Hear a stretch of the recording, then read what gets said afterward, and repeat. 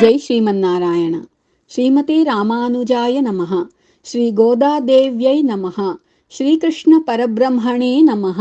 ఆండాళ్ దివ్య తిరువడిகளே శరణం.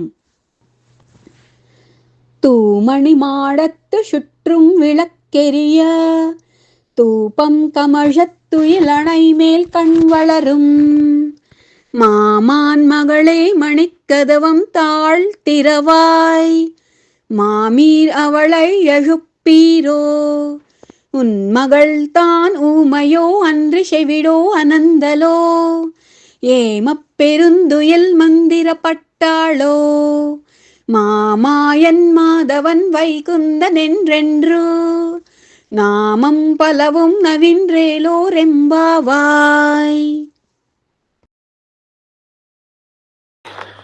ఈ 9వ పాసురంలో పరిశుద్ధములకు నవవిధమణులతో నిర్మించబడిన మేడలో సుఖశయ్యపై చుట్టూను దీపములు వెలుగుచుండగా అగరు ధూపము ఘుంఘుమలాడుచుండగా నిద్రపోచున్న ఓ అత్త కూతురా, మణి కవాటపు గడియ తీయుము. ఓ అత్త, నీవైనను ఆమె లేపుము. నీ కుమార్తె మోగదా, లేక చెమిటిదా, లేక జాడ్యం గలదా, లేక ఎవరైనా కదిలిన వప్పమ్మని కావలి ఉన్నారా, లేక గాఢ నిద్ర పట్టినట్లు మంత్రించినారా? మహామాయావి, మాధవ, వైకుంఠవాస అని అనేక నామములను కీర్తించి ఆమె లేచున్నట్లు చేయము. ఈనాటి గోపిక అద్దాల మేడలో పరుండి ఉన్నది. ఈ మేడ స్వచ్ఛమైన 9 విధములకు రత్నములచే నిర్మింపబడినది. ఆ భవనమును పండుకొనిన తీరును చెప్పుకొని వీరు ఆనందించుచున్నారు. ఆ మేడ పరిశుద్ధమైన మణులతో నిర్మింపబడినది. పరమాత్మ నిత్యశుద్ధుడు. అతని అపహత పాపాత్మాత్వాది గుణములు, జ్ఞానానందములు ఎన్నడూనూ అవిద్యచే సంకోచింపచేయబడవు. అవి ఎల్లప్పుడూ స్వయం ప్రకాశకులై కనపడును. జీవుడు సహజానందంగా జ్ఞానానంద గుణములు కలవాడే అయినను ప్రకృతి సంబంధముచే ఒకప్పుడు అవి తగ్గుచుండును. ప్రకృతి సంబంధము పోయిన నాడు జీవుడు నిర్మలముగా ప్రకాశించును. అందుచేత పరమాత్మ ఎప్పుడునూ దోషముల సంబంధమే లేని శుద్ధుడు. జీవుడు ఒకప్పుడు ఉన్న దోషములను పోగొట్టుకున్నచే నిర్మలమై ప్రకాశించుచుండును. పరమాత్మ జీవులలో అంతర్యామి అయి వసించుచుండును. అప్పుడు పరమాత్మకు వాసస్థానము జీవుడు, జీవునకు పరమాత్మ నివాస స్థానము. పరమాత్మ నివాస స్థానమైనచో అతడు నిత్యశుద్ధ ప్రకాశము కలిగినవాడు. మణిక్కదవం తాళ్ తెరవాయ్. మణులతో నిర్మింపబడిన తలుపుల గడియం తెరువుము. ఈ భవనము మణులతో నిర్మింపబడినది. దీని కవాటములను మణులతో నిర్మింపబడినవి. అందుచే ఏది ద్వారమో ఏది కాదో తెలుసుకున్నట్టుకు వీలు కాకుండా ఉండుటచే ఆమెనే తెరవమని వీరు అర్థించుచున్నారు. మీరే తెలుసుకుని రండని ఆమె అన్నను ఈ గోపికలు అందులకు అంగీకరింపక నీవే తెరవవలసిందని కోరినారు.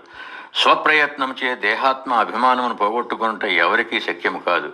అది ఆచార్య కటాక్షం చేతనే తొలగవలను. మహాపురుషులను సేవించుటకు ఈ దేహమునందు ఆత్మయని మనకుండెడి అభిమానమే అడ్డుపడును. నేను, నాది అను ఈ 2 తలుపులను దగ్గరగా చేర్చి బిగించిన గడియ వంటిదగు అహంకారమును ఆచార్యుడు తొలగించిన నాడే మహాపురుషుల సేవయందు మనకు అవకాశం లభించును.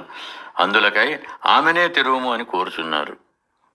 ఇక ఈ పాసురంలో గురు పరంపరలోని 4వ వాక్యమైన శ్రీమతే రామానుజాయ నమః అనే వాక్యం చేత శ్రీ రామానుజుల వారిని లేపుతున్నారు. మనకు రామానుజులు మేనమామ అవుతారు. గోదాదేవి మన తల్లి కదా. మన వైష్ణవులంతా శ్రీ రామానుజుల వారిని ఆమె సోదరులుగా భావించి ఆనందించారు. ఈనాటికి శ్రీపెరంబుదూరులో ఆండాళ్ల తమకు అన్నరాన పెరుమాళ్ హెచ్చరిక అని రామానుజులను ఆండాళ్ల సోదరునిగా ప్రశంసించారు. శ్రీమతే రామానుజాయ నమః అని పిలుస్తున్నారు. భగవద్ రామానుజ, ఏమి ఈ అపాకృత దివ్యమైన శరీరం అండి మీది? పంచభూతాలతో కాకుండా పంచ ఉపనిషత్తులతో నిర్మింపబడినదా మీ ఈ దివ్యమంగళ విగ్రహము? మీ ఆత్మప్రకాశము ద్వారా పరమాత్మను తెలుసుకోవటమే కాకుండా మా వంటి అజ్ఞానులకు కూడా మార్గం చూపించే మార్గదర్శకులు కదా మీరు అని ప్రార్థిస్తున్నారు. మీ అనుగ్రహంతో మాకు అనుభవాన్ని ప్రసాదించండి అని పరమాచార్యులైన శ్రీ రామానుజ ఆచార్యులను మేలుగొల్పుతున్నారు. శ్రీమతే రామానుజాయ నమః. జయ శ్రీమన్నారాయణ.